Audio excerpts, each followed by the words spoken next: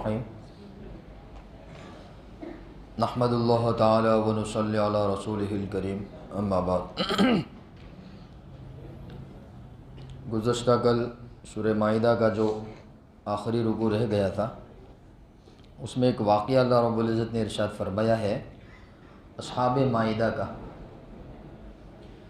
کہ حضرت عیسیٰ علیہ السلام کے جو حواری تھے، جو ماننے والے تھے، انہوں نے حضرت عیسیٰ علیہ السلام سے درخواست کی تھی کہ کیا آپ کا پروردگار ہمارے لیے آسمان سے دسترخوان اتار سکتا ہے؟ تو حضرت عیسیٰ علیہ السلام نے ان سے کہا کہ بھائی اس سلسلے میں اللہ سے ڈرو، کیا تم اللہ کو آزمانا چاہتے ہو؟ یعنی اللہ رب العزت کی قدرت کے سلسلے میں تمہارا کوئی شک کا معاملہ ہے؟ تو ان کی قوم نے کہا کہ ہم تو صرف اپنے دلوں کو تسکین پہنچانا چاہتے ہیں، نرید ان نأکل منہا، ہم تو بابرکت کھانا کھانا چاہتے ہیں، وتطمئن قلوبنا، تاکہ اس کھانے کو کھا کر ہمارے دلوں کو اطمینان ہو جاوے، ونعلم ان قد صدقتنا، اور یہ بات بالکل روز روشن کی طرح آیا ہو جاوے کہ آپ اور آپ کے پروردگار بالکل سچے ہیں، ونکون علیہا من الشاہدین، اور اس بات پر ہم گواہی دینے والے ہیں۔ عیسیٰ علیہ السلام نے کہا ٹھیک ہے، اللہ پاک سے دعا فرمائی، اللہم ربنا، اے ہمارے پروردگار، انزل علینا مائدۃ من السماء، کہ آپ ہم پر آسمان سے دسترخوان نازل فرمائیے، تکون لنا عیدا لاولنا وآخرنا وآیۃ منک، کہ یہ دسترخوان کا نازل ہونا ہمارے لیے خوشی کا سبب بن جاوے اور آپ کی جانب سے ایک آیت اور نشانی بن جاوے، آپ کی معبود ہونے کی دلیل بن جاوے، ورزقنا، اور آپ ہم کو بہترین رزق عطا فرمائیے، انت خیر الرازقین، اس لیے کہ آپ بہترین رزق دینے والے ہیں۔ تو اللہ تعالیٰ نے دعا قبول فرمائی، لیکن دسترخوان نازل کرنے سے پہلے اللہ پاک نے ارشاد فرمایا کہ انی منزلها علیکم، کہ میں دسترخوان تو نازل کروں گا آسمان سے، لیکن دسترخوان کے نازل ہونے کے بعد فمن یکفر، پھر اگر کوئی انکار کرے گا بعد اس کے بعد، منکم، تم میں سے کوئی بھی، فانی اعذبہ عذابا، تو میں اس کو ایسا عذاب دوں گا، لا اعذبہ احدا من العالمین، کہ کائنات میں کسی کو بھی میں نے ایسا عذاب نہیں دیا ہوگا۔ عیسیٰ علیہ السلام نے اپنے قوم کو سمجھایا، انہوں نے کہا ٹھیک ہے ہم ماننے کے لیے تیار ہے، اور بھی بہت ساری شرطیں اللہ رب العزت نے نازل فرمائی۔ احادیث میں آتا ہے کہ جو دسترخوان نازل ہونے والا ہے اس دسترخوان میں سے جتنا تم کو کھانا ہے اتنا تم وہیں پر کھاؤ گے، کوئی بھی ساتھ میں ٹفن لے کے نہیں جائے گا، یہ بھی اللہ رب العزت نے ایک شرط لگائی۔ دوسری شرط یہ کوئی بچا کے نہیں رکھے گا۔ تیسری شرط یہ ہے کہ ضرورت مندوں کا خیال رکھا جائے گا، ایسا نہیں کہ اپنا موقع یا اپنی باری آئی تو بالکل صفا چٹ کر دیا، ایسا کوئی بھی معاملہ نہیں ہوگا۔ بہرحال ایک وقت مقرر ہو گیا، حضرت عیسیٰ علیہ السلام نے دعا فرمائی، دیکھا لوگوں نے، حضرت عیسیٰ علیہ السلام نے سب کو ایک میدان میں جمع کیا کہ اب دسترخوان نازل ہونے والا ہے۔ دیکھا کہ دسترخوان آسمان سے اتر کر آ رہا ہے، ایک روشنی کی شکل میں، جیسے بڑے بڑے پتے ہو اور بڑے بڑی تشتوں اور پلیٹیں ہوں، اس کے اندر کچھ کھانے رکھے ہوئے ہیں اور وہ اتر کر بالکل زمین پر آیا۔ حضرت عیسیٰ علیہ السلام نے جن لوگوں نے یہ اس کا مطالبہ کیا تھا ان سب کو بلایا اور کہا دیکھو اللہ رب العزت کی دلیل، اللہ رب العزت کی قدرت کی نشانی کہ موجود ہے، کہ تمہارے سامنے آسمان سے اللہ رب العزت نے کیا فرمایا؟ دسترخوان نازل فرمایا۔ یہ اس بات کی دلیل ہے کہ اللہ رب العزت ہے، اللہ رب العزت واحد احد صمد قدیر ہے۔ بہرحال اب اس دسترخوان کے اندر کیا تھا، مختلف تفسیریں ہیں، مختلف روایتیں ہیں۔ اس کا خلاصہ کلام یہ ہے کہ اس کے اندر جنت سے ایک مچھلی آئی تھی، اور اس مچھلی کے چاروں طرف طرح طرح کی سبزیاں تھیں جس کو ہم سلاد کہتے ہیں نا، اور اس میں کچھ روٹیاں بھی تھیں، کچھ چاول بھی تھے، اور کہتے ہیں کہ فروٹ میں سے ہر ایک قسم اس کے اندر موجود تھی، اور ساتھ میں شہد بھی تھا، سرکہ بھی تھا۔ تو شہد اور سرکہ کہا جاتا ہے کہ یہ جنت کے سالنوں میں سے بہترین سالن ہے، اللہ کے نبی صلی اللہ علیہ وسلم کو بڑا پسند تھا، سرکہ بھی اور شہد بھی۔ شہد تو ہمارے عام طور پر مل جاتا ہے، لیکن سرکے کا رواج ہمارے یہاں نہیں ہے، عام طور پر ہمارے احمد آباد میں لوگ سرکہ استعمال نہیں کرتے، وہ چائنیز والے یوز کرتے ہیں، لیکن وہ سرکہ تو ہوتا نہیں ہے وہ، لیکن بس سرکے کا نام ہوتا ہے وہ۔ حقیقی سرکہ جو اللہ کے نبی صلی اللہ علیہ وسلم نے پسند فرمایا، جو کھجور وغیرہ سے تیار ہوتا ہے، وہ ہمارے یہاں مشکل سے دستیاب ہوتا ہے، دستیاب بھی ہوتا ہے تو جو ذوق اور شوق رکھنے والے حضرات ہوتے ہیں وہی اس کو استعمال کرتے ہیں۔ بہرحال تو اس میں مچھلی کے ساتھ سرکہ بھی تھا، شہد بھی تھا، اور طرح طرح کی سبزیاں بھی تھی، سلاد بھی تھا۔ حضرت عیسیٰ علیہ السلام نے کہا اس میں سے کھاؤ کہ یہ اللہ رب العزت کی جانب سے تم کو رزق دیا گیا ہے۔ تو اب اس میں جو طاقتور ترین لوگ تھے، جو قوم کے بڑے سردار کہے جاتے تھے، جو سیلیبریٹی سمجھے جاتے تھے، تو وہ تو اس کے اندر سے کھانے لگے، اور جو کمزور قسم کے لوگ تھے ان کو وہ آہستہ آہستہ کیا کرنے لگے؟ روکنے لگے، ان کو منع کرنے لگے۔ حضرت علیہ السلام نے سب کی ترتیب بنا دی کہ بھئی فلاں وقت سے اتنے وقت تک تم کھاؤ گے، اتنے وقت سے اتنے وقت تک تم کھاؤ گے۔ پھر ایک وقت ہوتا تھا روزانہ دسترخوان چلا جاتا، پھر واپس نازل ہوتا، پھر چلا جاتا، پھر جیسے کھانے کا وقت ہوتا اللہ رب العزت کی جانب سے نازل ہو جایا کرتا تھا۔ یہی ترتیب چلتی رہی۔ پھر ایک دن کیا ہوا کہ ان لوگوں نے وہی جمع کرنا، ٹفن بھرنا شروع کر دیا جو منع کیا تھا اللہ کے نبی حضرت عیسیٰ علیہ السلام نے کہ تم کو جو بھی کھانا ہے یہیں پر کھا کے جاؤ، یہاں سے ساتھ میں بھر کے۔ اس لیے کہا جاتا ہے کہ ٹفن والی جو یہ چیز ہے نا، یہ بنی اسرائیل سے چلی آ رہی ہے، کہ جانے کا اور ساتھ میں ٹفن بھی، کہ اماں کا، ابا کا، بھائی کا، بہن کا، سب کا ساتھ میں لے کے آنے کا، جمع کر کے رکھنے کا، اسٹاک کر کے رکھنے کا۔ تو یہ وہیں سے چلی آ رہی ہے یہ عادت۔ تو لیکن انہوں نے حضرت عیسیٰ علیہ السلام کی بات نہیں مانی۔ اللہ کی جانب سے تو تر و تازہ کھلایا جا رہا تھا، اب وہ تھے کہ جمع کر کے رکھ رہے تھے۔ تو پھر اللہ رب العزت کی جانب سے حکم ان کی طرف متوجہ ہوا، اور ان کی نافرمانی کی وجہ سے ان کے دلوں کو آپس میں ملا دیا گیا، اور جو ایمانی نور ان کو عطا کیا گیا تھا وہ ان سے کیا کر لیا گیا؟ چھین لیا گیا۔ بہرحال یہ قصہ یہاں ختم ہوا۔ اس کے بعد اللہ رب العزت نے سورہ انعام نازل فرمائے۔ سورہ انعام عربی زبان کے اندر جانور کو کہتے ہیں۔ اصل میں اس صورت کے اندر اللہ رب العزت نے مشرکین کا تذکرہ فرمایا جو اللہ کے منکر ہے یا جو اللہ کے نافرمان ہے۔ اس کائنات میں اللہ کی نافرمانی سے بڑی اور بری کوئی چیز نہیں ہے۔ سب سے بری اگر کوئی چیز اس کائنات میں ہے تو وہ ہے اللہ کی نافرمانی، اور کائنات میں سب سے بڑا نافرمان کون ہے؟ مشرک ہے، پھر کافر ہے، کہ یہ دو سب سے بڑے اللہ کے نافرمان ہیں، ایک مشرک پھر ایک کیا؟ کافر۔ مشرک وہ ہے، کافر جو ہے، مشرک جو ہے وہ کافر سے بڑا نافرمان ہے۔ کافر تو اللہ کی ذات کا انکار کر دیتا ہے گا، مشرک وہ ہے جو اللہ کی ذات کا اقرار تو کرتا ہے لیکن اللہ کی ذات اور صفات میں شرک کرتا ہے، یہ اس سے بڑا نافرمان ہے۔ وہ گویا کہ اللہ رب العزت کو نعوذ باللہ کمزور سمجھتا ہے، اور وہ اس بات کا عقیدہ رکھتا ہے کہ اللہ کے علاوہ بھی کوئی ہے جو اس کی حاجتوں کو پورا کرنے والا ہے یا اس کی ضرورتوں کو نبھانے والا ہے۔ وہ شرک ہے، وہ بہت بڑا گناہ ہے۔ اللہ پاک نے فرمایا اس کے ان الشرک لظلم عظیم، شرک بہت بڑا جرم ہے۔ تو ان لوگوں کے سلسلے میں اللہ رب العزت نے ایک لفظ ارشاد فرمایا کہ اولئک کالانعام، کہ جو لوگ اللہ کی ذات میں، اللہ کی صفات میں شرک کرنے والے ہیں ان کی مثال کے جانوروں جیسی ہے۔ بل ہم اضل، اللہ پاک فرماتے ہیں بلکہ جانوروں سے بھی بدتر ہے۔ اولئک کالانعام بل ہم اضل، وہ تو جانوروں کی جیسے ہے یا جانوروں سے بھی بدتر ہے۔ جانوروں سے بدتر کا مطلب کیا؟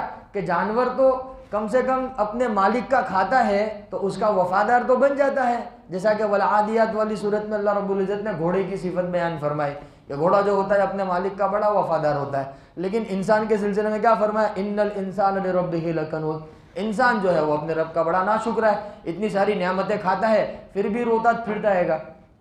تو ایسے لوگ جو مشرک ہوتے ہیں وہ بھی اللہ رب العزت کا کھاتے ہیں، اللہ رب العزت کا پیتے ہیں، اللہ رب العزت کی دی ہوئی زندگی گزارتے ہیں، اور بھیک کس سے مانگتے ہیں؟ غیر اللہ سے مانگتے ہیں۔ مدد کس سے طلب کرتے ہیں؟ غیر اللہ سے طلب کرتے ہیں۔ سجدے کس کے سامنے کرتے ہیں؟ غیر اللہ کے سامنے کرتے ہیں۔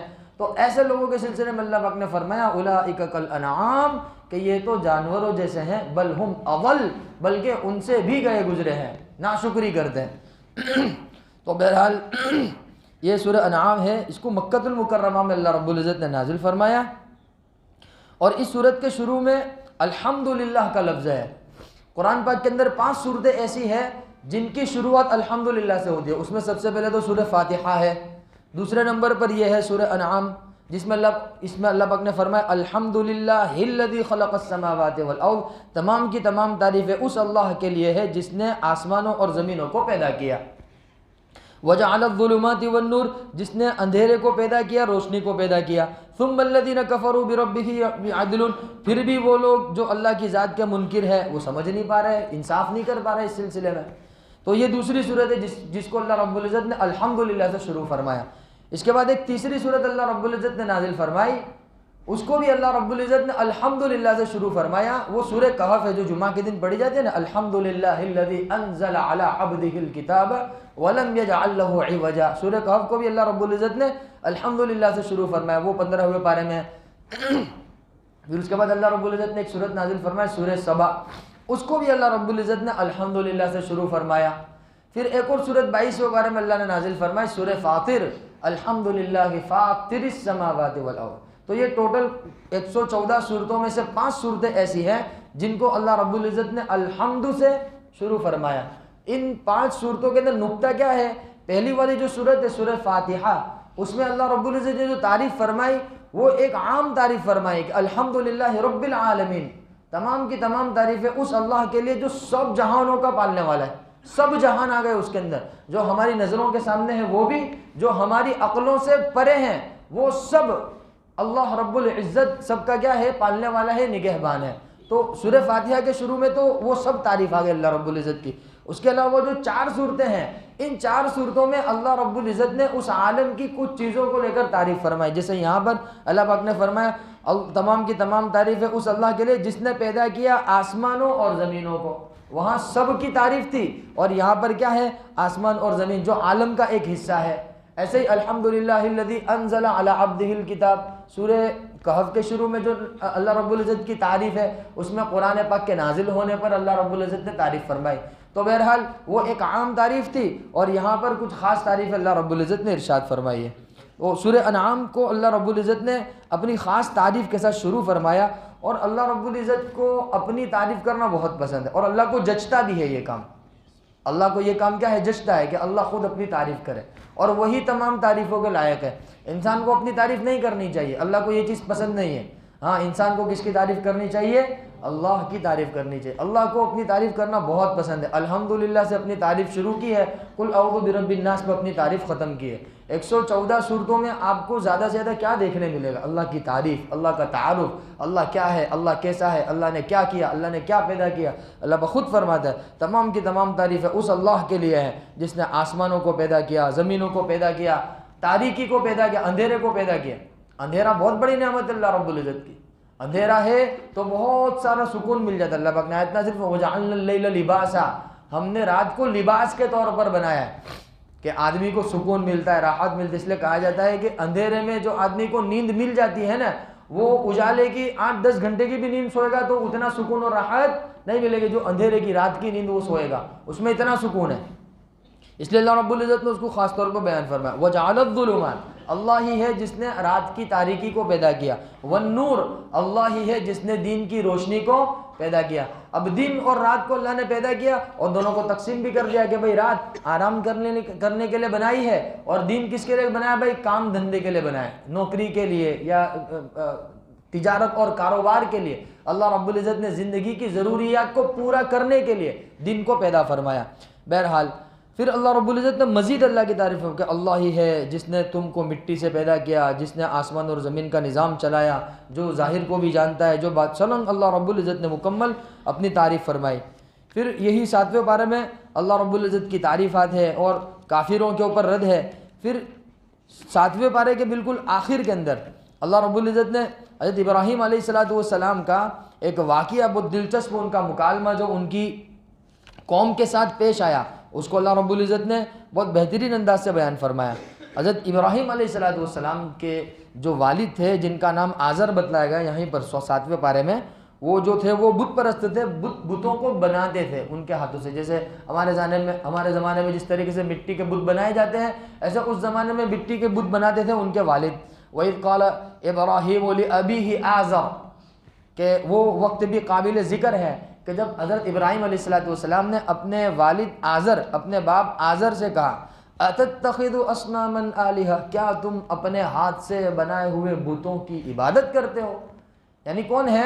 اپنے باپ کو وہ توحید سمجھا رہے ہیں. حضرت ابراہیم علیہ السلام اپنے باپ کو تبلیغ کر رہے، اپنے باپ کو تشکیل کر رہے، ان کی ذہن سازی کر رہے کہ تم اپنے ہاتھ سے بنا رہے ہو اور پھر اس کے سامنے سجدہ کر رہے ہو، اس سے تم منتیں مان رہے ہو، یہ تعجب کی بات نہیں ہے۔ بھلا معبود کو بھی کہیں بنایا جاتا ہے؟ معبود تو وہ ہے نا جو سب کو بناتا ہے، معبود کو تھوڑی لوگ بناتے ہیں یا معبود کو تھوڑی بنایا جاتا ہے، معبود تو وہ ہوتا ہے جو لوگوں کو بناتا ہے، اور تمہارا معبود ایسا ہے کہ تم خود اس کو بناتے ہو۔ اتتخذوا اصناما آلہہ، کیا تم اپنے ہاتھ سے بنے ہوئے بتوں کو معبود بناتے ہو؟ انی اراک وقومک فی ضلال مبین، بالکل صاف لفظوں میں کہا کہ میں تم کو اور تمہاری قوم کو گمراہی میں دیکھ رہا ہوں۔ اپنے باپ کو کہہ رہے، پتہ چلا کہ اللہ رب العزت کی ذات اور صفات میں شرک کے معاملے میں کسی کی بھی رعایت نہیں کی جائے گی۔ بات سمجھ میں آئی؟ اللہ رب العزت کی ذات اور صفات میں اگر شرک ہو رہا ہے تو پھر چاہے شرک کرنے والے ہمارے والد ہی کیوں نہ ہو، ہماری والدہ ہی کیوں نہ ہو، ہمارے بڑے ہی کیوں نہ ہو، کوئی بھی کیوں نہ ہو، اگر شرک ہو رہا ہے تو ان کو اچھے انداز میں سمجھایا جائے گا، بتلایا جائے گا، اور یہ کہا جائے گا کہ یہ غلط ہیں، جیسا کہ حضرت ابراہیم علیہ السلام نے کہا انی اراک وقومک فی ضلال مبین، میں تمہیں اور تمہاری قوم کو گمراہی کے اندر دیکھ رہا ہوں، کھلی کھلی گمراہی میں دیکھتا ہوں۔ وَكَذَلِكَ نُرِي إِبْرَاهِيمَ مَلَكُوتَ السَّمَاوَاتِ وَالْأَرْضِ وَلْيَكُونَ مِنَ الْمُقْرِنِينَ۔ اللہ پاک فرماتے ہیں ہم نے ابراہیم علیہ السلام پر ایمان کی روشنی کو ایسا ڈال دیا تھا کہ ایمان اور یقین بالکل اعلیٰ درجے پر تھا۔ ایک نبی جو ہوتا ہے نا، نبی کا ایمان بہت اعلیٰ درجے پر ہوتا ہے، اور یہ تو بہت بڑے درجے کے نبی گزرے۔ تو بہرحال حضرت ابراہیم علیہ السلام اپنے والد اور اپنی قوم کو سمجھا رہے، سامنے ہی ہے، تو ان کے سامنے جیسے ستارے کا تذکرہ، فلما جن علیہ اللیل رآ کوکبا، انہوں نے دیکھا کہ رات ہوئی تو رات کے اندر کیا نکلا؟ ستارہ نکلا۔ تو وہ قوم جو تھی وہ ستارے کی عبادت کرتی تھی۔ تو حضرت ابراہیم علیہ السلام نے کہا ھذا ربی، کیا یہ ہے، یہ جو ابھی ستارہ نکلا یہ تمہارا پروردگار ہے؟ فلما افل قال لا احب الافلین، لیکن جب دیکھا کہ ستارہ بھی کیا ہو گیا، جیسے ہی تاریکی چھٹ گئی تو ستارہ بھی ڈوب گیا، کہا کہ یہ کیسا معبود ہے تمہارا کہ ڈوب گیا۔ پھر دیکھا فلما رأى القمر بازغا، کہا چاند کو ٹمٹماتا ہوا دیکھا، ہو چاند کی روشنی ستارے کے مقابلے میں زیادہ ہے، تو حضرت ابراہیم علیہ السلام نے بطور طعنے کے کہا قال ھذا ربی، کیا یہ ہے معبود؟ فلما افل قال لئن لم، لیکن دیکھا کہ چاند بھی کیا ہو گیا؟ غروب ہو گیا، وہ بھی چھپ گیا، تو کہا کہ یار یہ بھی معبود نہیں ہو سکتا، لئن لم یہدنی ربی لأکونن من القوم الضالین، یہ کیسا معبود ہے کہ معبود تو وہ ہوتا ہے نا جو رہنمائی کرتا ہے، یہ تو چھپ گیا، اب رہنمائی کیسے کرے گا یہ؟ پھر دیکھا دن ہوا تو دن میں کیا نکلتا ہے؟ سورج طلوع ہوتا ہے، فلما رأى الشمس بازغة، اور سورج کو دیکھا تو ستارہ اور چاند کے مقابلے میں اور زیادہ بڑا ہے اور اس کی روشنی اور زیادہ پھیل ہوئی ہے، تو کہنے لگے ھذا ربی ھذا اکبر، ہو سکتا ہے یہ بڑا معبود ہو، یعنی یہ سب بطور طنز اور بطور طعنے کے کہہ رہے اپنی قوم کو اور اپنے باپ کو کہ یہ ہو سکتا ہے بہت بڑا معبود ہو۔ فلما افلت، لیکن دیکھا کہ یہ بھی کیا ہو گیا؟ غروب ہو گیا، یہ بھی چھپ گیا، اس کی بھی روشنی ماند پڑ گئی، یہ بھی ختم ہو گیا۔ تو قال یا قوم انی بریء مما تشرکون، کہ اے میری قوم تم جس شرک میں مبتلا ہو میں اس شرک سے براءت ظاہر کرتا ہوں۔ انی وجہت وجہی للذی فطر السماوات والارض حنیفا وما انا من المشرکین، کہ میں تو اس پروردگار کی عبادت میں یکسو ہوں جس نے آسمانوں اور زمینوں کو تنہا پیدا کیا، وہ آسمان اور زمینوں کا نظام چلانے میں بھی کسی کا محتاج نہیں ہے، پیدا کرنے میں بھی محتاج نہیں ہے اور اس کا نظام چلانے میں بھی محتاج نہیں ہے۔ وما انا من المشرکین، اور میں جو ہوں شرک کرنے والے میں سے نہیں ہوں۔ یہ مستقل وحاجہ قوم، انہوں نے ان کی قوم کے ساتھ محاجہ کیا، قال اتحاجونی فی اللہ وقد ہدانی ولا اخاف ما تشرکون به الا ان یشاء ربی شیئا۔ تو ان لوگوں نے بہت ساری حضرت ابراہیم علیہ السلام کو مارنے کی دھمکی بھی دی، حضرت ابراہیم علیہ السلام کو ڈرایا دھمکایا۔ حضرت ابراہیم علیہ السلام نے کہا کہ لا اخاف ما تشرکون، میں تمہارے شرک سے ڈرنے والا نہیں ہوں، جو غلط ہے وہ غلط ہے۔ وَكَيْفَ أَخَافُ مَا أَشْرَكْتُمْ وَلَا تَخَافُونَ أَنَّكُمْ أَشْرَكْتُمْ بِاللَّهِ، جب تم اللہ کی ذات میں شرک کرنے سے ڈرتے نہیں ہو تو میں کیوں ڈروں؟ میں تو توحید پرست ہوں۔ اس سے بہت بڑا سبق مل رہا ہے، بات سمجھ میں آ رہی ہے؟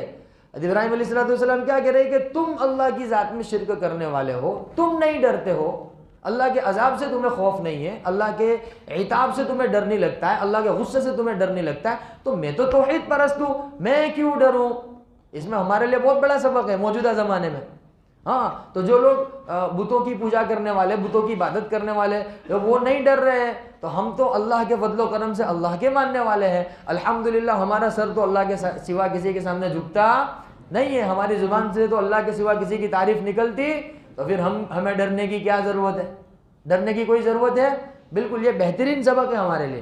وہ حضرت ابراہیم علیہ السلام وَكَيْفَ أَخَافُ مَا أَشْرَكْتُمْ وَلَا تَخَافُونَ أَنَّكُمْ أَشْرَكْتُمْ لَا تَخَافُونَ، تم تو ڈرتے نہیں ہو حالانکہ تم أَنَّكُمْ أَشْرَكْتُمْ بِاللَّهِ مَا لَمْ يُنَزِّلْ بِهِ عَلَيْكُمْ سُلْطَانًا، تمہارے پاس شرک کی کوئی دلیل بھی نہیں ہے۔ فَأَيُّ الْفَرِيقَيْنِ أَحَقُّ بِالْأَمْنِ، تو دونوں فریقوں میں سے یعنی توحید پرست اور شرک پرست، دونوں فریقوں میں سب سے زیادہ امن کا حقدار کون ہے؟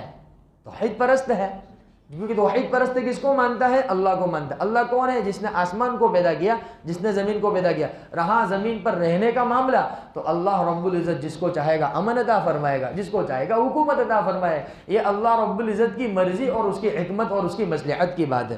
بہرحال یہ مستقل ایک سلسلہ چلا، آخر میں اللہ نے اس رکوع کے آخر میں ایک آیت نازل فرمائی کہ الذین آمنوا، یہ ہمارے لیے ہے خاص طور پر، الذین آمنوا، وہ لوگ جو ایمان لائے۔ تو ہم لوگ ایمان لائے کہ نہیں لائے؟ الحمدللہ لائے۔ وَلَمْ يَلْبِسُوا إِيمَانَهُمْ بِظُلْمٍ، اور انہوں نے اپنے ایمان کو شرک کے ساتھ ملبس نہیں کیا، ملتبس نہیں کیا، ملایا نہیں۔ لَمْ يَلْبِسُوا إِيمَانَهُمْ بِظُلْمٍ، ان کا ایمان بالکل کھرا ہے، وہ ایمان کے اندر کسی طرح کی شک کی گنجائش نہیں رکھتے ہیں۔ أُولَٰئِكَ لَهُمُ الْأَمْنُ وَهُمْ مُهْتَدُونَ، اولئک لہم الامن، اللہ پاک نے فرمایا پھر اگر ایمان بالکل پیور ہے، ذرہ برابر بھی شرک کی آمیزش، شرک کی ملاوٹ نہیں ہے، تو اللہ رب العزت کہہ رہا ہے کہ 100% اللہ کی جانب سے گارنٹی ہے، اولئک لہم الامن، ان کے لیے امن بھی رہے گا، سکون بھی رہے گا، وہم مہتدون، اور وہ ہدایت پر بھی جمے رہیں گے۔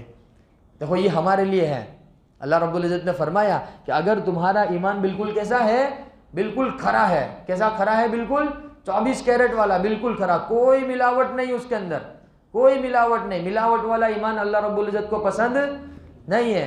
تو یہ آیت کو اچھی طرح اپنے ذہن میں، اپنے دل میں بٹھا لے، بہت ڈرنے کی، گھبرانے کی، ادھر ادھر کی تذکرے کرنے کی ضرورت نہیں ہے۔ اس کا حل کیا ہے؟ یہ آیت کریمہ الذین آمنوا، وہ لوگ جو ایمان لائے، ولم یلبسوا ایمانہم بظلم، اور وہ اپنے ایمان میں کسی طرح کا التباس کرنے والے نہیں ہیں، یعنی شک اور شبہ کرنے والے نہیں ہیں، شرک کرنے والے نہیں ہیں۔ بظلم، ظلم سے مراد شرک ہے کہ شرک کرنے والے نہیں ہیں۔ لہذا یہ اس سلسلے میں اچھی طرح سمجھ لینا چاہیے کہ میرا سر کس کے سامنے جھک رہا ہے۔ بھائی قبروں پہ سجدہ بالکل جائز نہیں ہے، قبروں پہ سجدہ اللہ کے علاوہ کسی کے بھی سامنے سجدہ کرنا یہ شرک ہے، یہ اعلیٰ درجے کا شرک ہے کہ یہ اللہ کا حق ہے، اللہ کے حق کو ضائع کریں گے تو اللہ رب العزت کی جانب سے پھر غصہ بھی آئے گا اور عتاب بھی آئے گا۔ تو وہی فرمایا اللہ پاک نے کہ وہ لوگ جو ایمان لائے، وَلَمْ يَلْبِسُوا إِيمَانَهُمْ بِظُلْمٍ، اور انہوں نے اپنے ایمان کو شرک کے ساتھ ملایا نہیں، اولئک لہم الامن وہم مہتدون، پھر تو ایسے لوگوں کے لیے امن بھی ہے، اطمینان بھی ہے، سکون بھی ہے، اور وہی ہدایت یافتہ بھی ہے۔ اور مثال کیا ہے؟ انبیاء علیہ السلام کی زندگی، آگے وَتِلْكَ حُجَّتُنَا، آگے حضرت انبیاء علیہ السلام کی زندگی کو اللہ رب العزت نے بیان فرمایا کہ جتنے بھی انبیاء گزرے وہ اپنے زمانے کے اسباب سے بالکل لیس لوگ تھے، ان کے پاس اسباب کی بھرمار نہیں تھی انبیاء علیہ السلام کے پاس، لیکن ان کے پاس توحید والا عقیدہ تھا، تو اس عقیدے کی وجہ سے وہ سب سے زیادہ امن والے بنے اور لوگوں کے لیے امن کا ذریعہ لانے والے بنے۔ جیسا کہ حضرت موسیٰ اور حضرت فرعون کا جو واقعہ ہے، حضرت موسیٰ علیہ السلام جو تھے اسباب بالکل نہیں ہیں وہاں پر، اور فرعون کے پاس سب اسباب موجود ہے، لیکن امن کس کو ملا؟ حضرت موسیٰ علیہ السلام۔ اور فرعون کیا ہوا؟ غرق ہو گیا، کیوں؟ وہ شرک والا تھا، وہ کفر والا تھا، وہ دعوے دار تھا۔ حضرت موسیٰ علیہ السلام کہ ظاہری طور پر کچھ بھی اسباب نہیں تھے، وہ تو فرعون سے ڈر کر بھاگ رہے تھے اپنی قوم کو لے کر سمندر کی طرف، تو بظاہر تو ایسا لگ رہا تھا کہ یہ کمزور لوگ ہیں اور فرعون طاقتور ہے، تو فرعون کیا ہو جائے گا؟ جیت جائے گا۔ لیکن کیا ہوا کہ جو ایمان والے تھے حضرت موسیٰ علیہ السلام کے ساتھ، وہ کھرے ایمان والے تھے، تو ان کے ایمان کی وجہ سے ان کو امن عطا کیا گیا، اور ان کے شرک اور کفر کی وجہ سے بظاہر اسباب ہوتے ہوئے، حکومت ہوتے ہوئے، ان کو کیا کر دیا گیا؟ نیست و نابود کر دیا گیا۔ یہی سلسلہ اللہ کا قیامت تک کے لیے ہے۔ لا تبدیل لکلمات اللہ، اللہ رب العزت کے جو فیصلے ہیں وہ بدلا نہیں کرتے ہیں، یہ اللہ کا طریقہ ہے، اللہ رب العزت کا ہمیشہ ہر زمانے میں یہی طریقہ رہا ہے۔ تو لہذا آج کے زمانے میں بھی وہی طریقہ اللہ رب العزت کا ہے. بس ضروری ہے کہ ہمیں حضرات صحابہ کرام اور حضرت موسیٰ علیہ السلام کی قوم کی طرح اپنے ایمان کو بالکل کھرا بنا دینا ہے. تو پھر وقت کے جتنے بھی فرعون ہیں ان سب کو کون دیکھ لیں گے؟ اللہ رب العزت دیکھ لیں گے. اللہ کرے ہمیں بات سمجھ میں آ جاوے اور جو آج کی تراویح میں پڑھا گیا سنا گیا اللہ اس کو قبول اور منظور فرماوے. بسم اللہ الرحمن الرحیم. اللہم صلی علی محمد النبی الامی وعلی آلہ وسلم تسلیما کثیرا کثیرا. اے کریم آقا رحیم آقا ہم سب کی خطاؤں سے درگزر فرما, ہمارے گناہوں کو معاف فرما, سیئات کو حسنات سے مبدل فرما. اے کریم آقا رحیم آقا فلسطین کے مسلمانوں کے حال پہ رحم فرما, ان کی جان کی, مال کی, عزت کی, آبرو کی, ایمان کی, اعمال کی حفاظت فرما. آج کی تراویح میں جو پڑھا گیا سنا گیا اے رب ذوالجلال اس کا جتنا بھی ثواب ملا اس کا ثواب سب سے پہلے حضرت محمد مصطفیٰ صلی اللہ علیہ وسلم کو, آپ صلی اللہ علیہ وسلم کی تمام آل اولاد کو, آپ صلی اللہ علیہ وسلم کے تمام صحابہ کرام کو, تمام انبیاء علیہم السلام کو, غرض پوری امت مسلمہ کو, خاص کر فلسطین کے مسلمانوں کو اس کا ثواب پہنچا دے. جو مانگا وہ بھی عطا فرما دے, جو مانگنے سے رہ گیا اپنے فضل و کرم سے آقا انعامدار تاجدار مدینہ حضرت محمد مصطفیٰ احمد مجتبیٰ صلی اللہ علیہ وسلم کے صدقے طفیل میں قبول فرما لے. یا رب صلی وسلم دائما ابدا علی حبیبک خیر الخلق کلہم. جزا اللہ عنا محمدا ما هو اہل صلی اللہ علیہ وسلم برحمتک.